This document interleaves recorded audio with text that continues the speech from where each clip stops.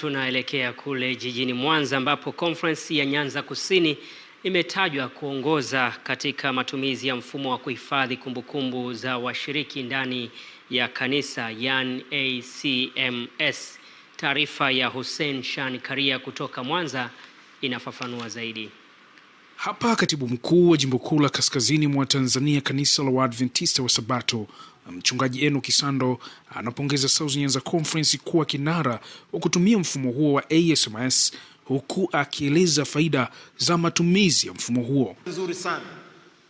Tunatamani South Nyanza Conference, tunatamani katika union yetu tufikie hatua ambayo tutakuwa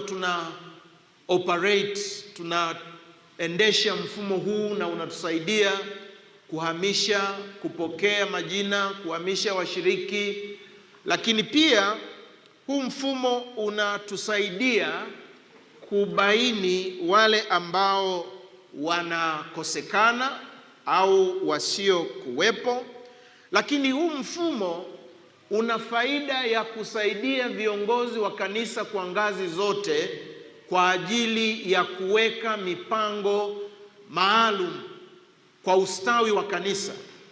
Kwa upande wa mratibu wa mfumo huo kutoka jimbo kuu la kaskazini mwa Tanzania kanisa la Waadventista wa Sabato, Baraka Muyengi, anasema matumizi ya mfumo huo katika jimbo la Nyanza Kusini limekuwa la kwanza kutumia mfumo huo kwa wingi na kutekeleza kile kinachoelekezwa. Tunashukuru Mungu kwamba jimbo hili la South Nyanza linaongoza, ni kinara wa ACMS katika union yetu ya kaskazini.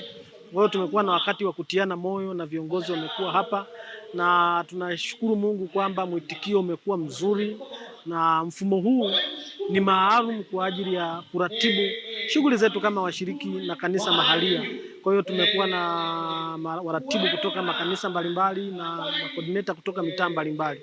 Tunawatia moyo kwamba popote ambako mnatutazama kwamba ACMS ni mfumo wetu kama kanisa. Kanisa letu limewekeza sana kwenye mfumo huu na linatamani kote ulimwenguni, kote katika union kwetu kuwe na mbiu hiyo. Kwa upande wa mchungaji Hosea Maulidi, anasema upo umuhimu wa semina hizo, kwani utasaidia kuibua wataalamu watakaosaidia kuhifadhi kumbukumbu muhimu za kanisa.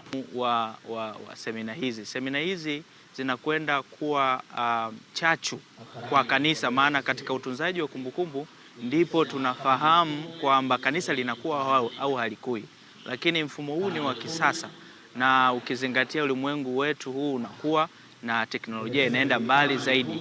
Hivyo kama kanisa linaingia katika mfumo huu ili kusaidia washiriki kuendana na teknolojia namna inavyokuwa. Nao washiriki wa semina hiyo akiwemo Anastasia Manoko na Charles Bernard wanabainisha vile ambavyo wamejifunza mengi kupitia semina hiyo, huku wakiahidi kwenda kutekeleza.